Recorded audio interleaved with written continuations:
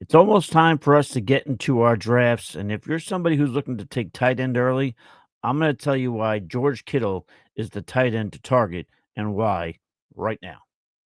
Welcome to the FF Face Off, where fantasy football is debated. What's going on, everybody? My name is Mike. I'm here with the FF Face Off. Feel free to follow me on X at the FF Realist. But let's get right to it. We're talking about tight end here. The tight end. If I'm taking a tight end early, it's going to be none other than George Kittle. George Kittle last year finished as the tight end 3 in PPR formats. Listen, right now he's slated as per sleeper. He's going off the board as the third quarterback, the fourth round. I'm sorry. Third tight end, fourth round. I would much rather take a George Kittle there than take a Brock Bowers in the second. Now, listen, if you want to talk me into Trey McBride, okay. But the thing with George Kittle is, he's had 2 straight years of 500 yards after the catch, at least 6 touchdowns in 4 straight seasons. Debo Samuel is now to the Commanders. It's all but likely that Brandon Ayuk's going to start the year on the pup. And listen, I understand, obviously, the gunshot wound was not Ricky Pearsall's fault, but there's a lot of other things that have happened, little ones here and there. Whether it was practicing last year, even before that, the gunshot wound that he suffered.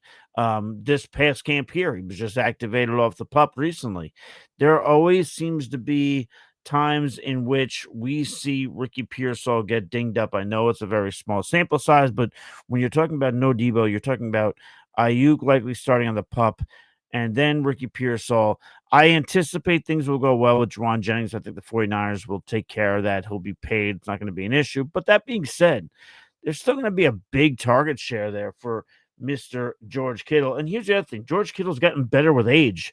Over the last 3 seasons, George Kittle's percentage of games with 10 or more fantasy points has gone up. 2022, 53.3. 2023, 56.3. Last year, 80% of his games, George Kittle scored 10 or more points. We haven't seen this kind of consistency from George Kittle since that huge sophomore season that he had. Here's the other bit, too. People are going to tell you, George Kittle, you got to worry about the blocking. He's always used the block. They need him to block. Here's the deal to debunk that. Tell a friend. So again, PPR scoring, he was a tight end 3. He did that last year on 384 routes. It was ranked 17th at his position. 17th at his position routes run. He finishes as the tight end 3. That was the fewest routes ran by a top 5 tight end since 2021, when the tight end 4 ran 370 routes. Can we guess who that tight end was? Well, I'll just tell you because you're here watching. It was George Kittle. So George Kittle doesn't need a lot of routes, but can still super efficient when he gets his targets. Great after the catch, and also a very reliable pass catcher in general. Among tight ends with 90 or more targets, George Kittle had the highest completion percentage last year with 83%. It's the highest percentage of his career, previous best. 2019, 79.4. Not to mention, along with that, he's only fumbled 3 times in his entire career. So then you look at things like, if I look at Brock Bowers over there with the Las Vegas Raiders, I get it. Incredible, fantastic rookie year. I don't know if we can rely on that same target share when they have Ashton Genty there now. I don't know if that passing rate is going to be what it was. I believe they ran the 4th fewest run plays last year, or they were top 5 in fewest run plays on a per game basis. That's just simply not going to happen with A, Pete Carroll in town, and B, drafting Ashton Genty. So if we see the target share go down for Brock Bowers, this isn't to say that there's a world in which he won't finish better than George Kittle for fantasy, but it is to say, if they're not going to be that far off in terms of points scored, why are we spending a second round pick on Brock Bowers when we can just get George Kittle in the 4th? Now, I get it. A lot of people, you guys want to tell me, well, I'd rather just wait on tight end entirely. Fantastic. Do it. God bless you. I'm in enough leagues where I'm probably going to do the same at some point. But what I'm telling you is that if you are looking to take a tight end in those first 5 rounds, George Kittle is going to be the guy for you. The target share is going to be immense again. Then you hear all the things about Brock Purdy signing the contract with the 49ers, building a home in Nashville. He was hanging out a lot at George Kittle's house there in Nashville. So then you have an opportunity where they just continue to build on the chemistry that they already had.